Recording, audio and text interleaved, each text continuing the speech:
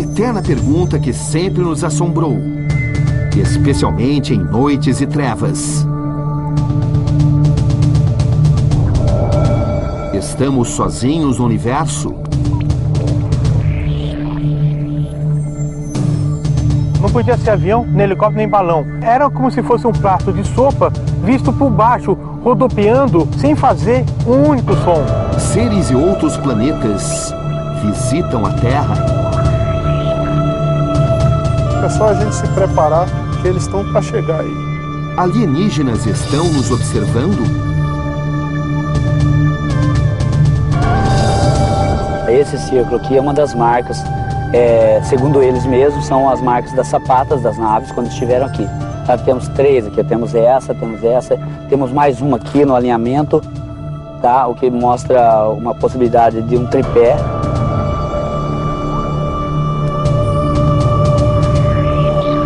O que dizem os ufólogos? Eu acredito em vida extraterrestre, que nós somos visitados por seres de outro planeta. O que pensam os cientistas? Do ponto de vista de um físico, a vida inteligente deve ser muito pouco provável. O que acredita esse brigadeiro da reserva? Responsável pelo espaço aéreo brasileiro por 6 anos. O senhor acredita em disco voador? Não, eu acredito. O senhor demorou para responder isso. Eu acredito em fenômenos inexplicados. Pela primeira vez na história do Brasil, o governo libera documentos de 3 décadas de monitoramento do espaço aéreo. A Força Aérea sabe que essas coisas estão vindo de fora, né? Mas não sabe dizer de onde vem, o que eles querem, o que eles vieram fazer aqui. E as revelações são surpreendentes. Esses arquivos revelam que o espaço aéreo brasileiro foi visitado por seres extraterrestres nesse período?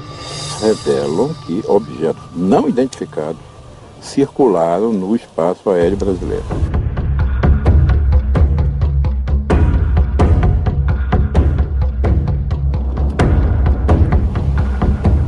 E em Mato Grosso do Sul, uma comunidade cria uma cidade projetada e guiada pelas orientações dos extraterrestres.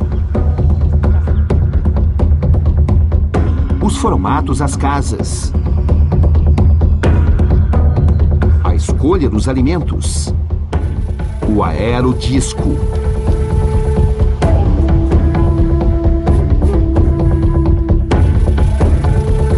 as cavernas,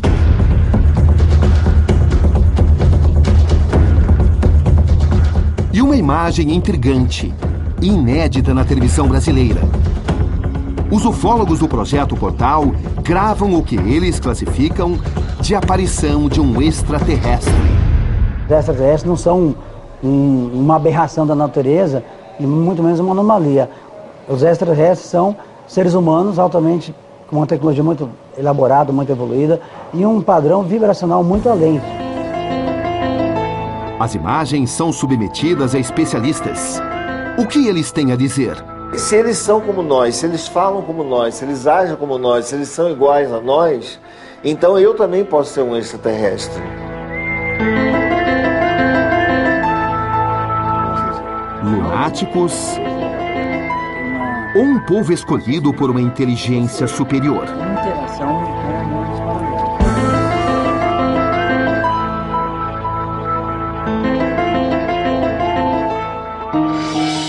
Boa noite. A ufologia brasileira vive um de seus principais momentos. Acaba de ser aberta a caixa preta dos objetos voadores não identificados em espaço aéreo brasileiro. Documentos mantidos em sigilo durante décadas pela aeronáutica serão revelados. Aqui Roberto Cabrini e esse é o Conexão Repórter.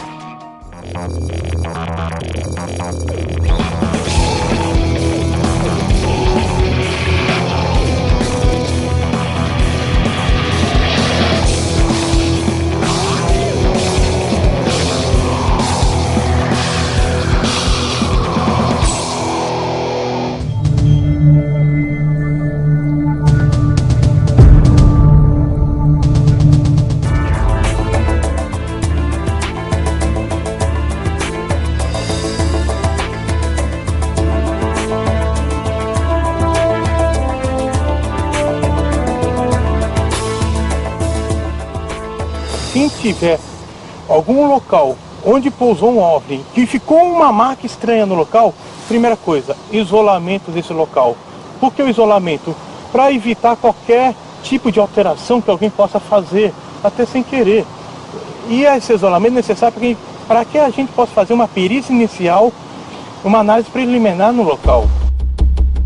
Paulo Aníbal é um caçador de OVNIs, objetos voadores não identificados. Biólogo de formação, ele vasculha os locais onde surgem sinais de aparições. Isso começou com o meu primeiro avistamento, que tem quase 24 anos atrás, que eu vi 5 objetos prateados em cima de um prédio, na cidade de São Paulo, na Zona Oeste. Não podia ser avião, nem helicóptero, nem balão. Era como se fosse um prato de sopa visto por baixo, rodopiando, sem fazer um único som. E com movimentos, cada um deles tinha um movimento próprio. Um ia para a direita, para a esquerda, outro ia para o outro lado. Chegou um dado momento, mais ou menos depois de 10 minutos, se juntaram e foram com velocidade alta para cima, sumiram. O espaço aéreo brasileiro é invadido por OVNIs?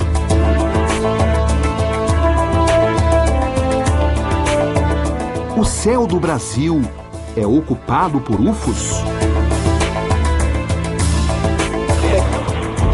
Os radares conseguem captar as naves de outros planetas?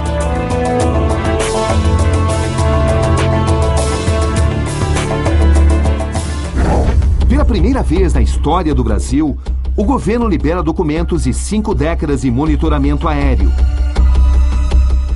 E nesse controle aparecem citações sobre objetos voadores não identificados.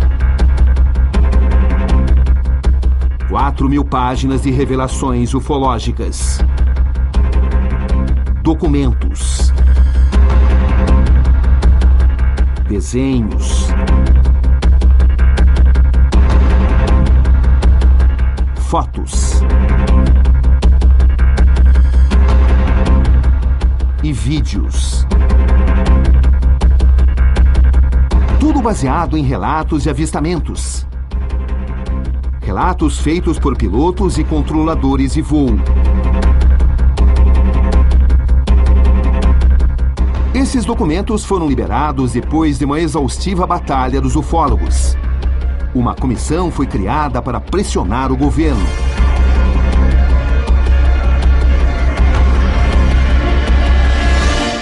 Olha, um dos pontos que a gente coloca como fator importante dessa liberação é o conhecimento científico, né? Conhecimento científico, conhecimento histórico, para finalmente todo mundo tomar conhecimento disso, correr atrás, que é um direito da população que se interessa por esse fenômeno.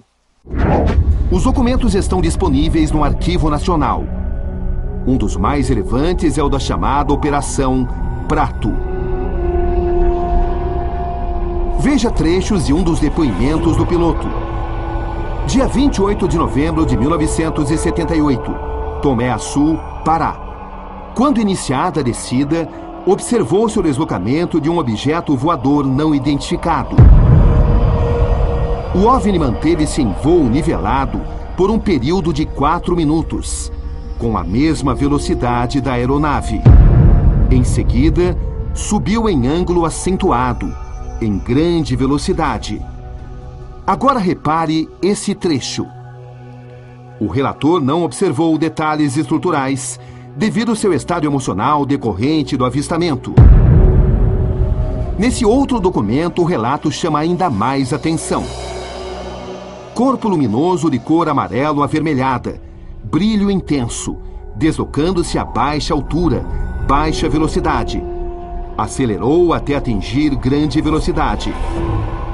Forma de um prato com vértice acentuado na parte inferior, intensamente brilhante de cor vermelha. A Operação Prato foi realizada pela Força Aérea Brasileira em 1977 e 78, em Belém do Pará. O comandante da operação foi esse homem. Coronel Irangê Holanda. A missão era verificar a ocorrência de estranhos fenômenos com luzes estranhas, relatados pela população do município de Colares. O fenômeno ficou conhecido como chupa-chupa. Os militares montaram uma base em Colares e passaram a vigiar o espaço aéreo dia e noite. Era a tentativa das Forças Armadas para explicar o chupa-chupa. Havia uma série de relatos de pessoas que tinham sido atingidas por uma luz e que julgavam que ele estivesse sugando o sangue das pessoas, porque realmente, depois a gente foi verificar, tinham algumas, principalmente mulheres, no seio esquerdo, uma marca como se fosse 2 furos de agulha, tá? E em torno, uma mancha castanha, como se fosse uma queimadura de iodo, tá? As pessoas diziam que tinham sido sugadas, o sangue tinha sido sugado, uma parcela pequena do sangue tinha sido retirada. Então passaram a apelidar de chupa-chupa por causa desse fato. Conforme a missão avançou, o coronel teve um contato imediato e segundo grau. É o que ele garante. Olha para cima, nós olhamos, aí o herói brasileiro tremeu nas calças, porque eu olhei e tinha um troço enorme em cima da gente, um disco preto, escuro, parado em cima da gente. Não estava mais de 150 metros de altura. E fazia um barulho assim ar-condicionado. E alguma vez assim, aparecia esse barulho de bicicleta, aquela catraca de bicicleta. Fazia um barulho assim como se fosse uma catraca de bicicleta quando você pedala ao contrário. Uma catraca. Tá? Aquele troço parado com aquela luz no meio. Uma coisa muito grande. Eu acredito que uns 30 metros de diâmetro. Tá? Aquele troço parado em cima da gente. Nós ficamos olhando e ele começou, logo em seguida começou a emitir uma...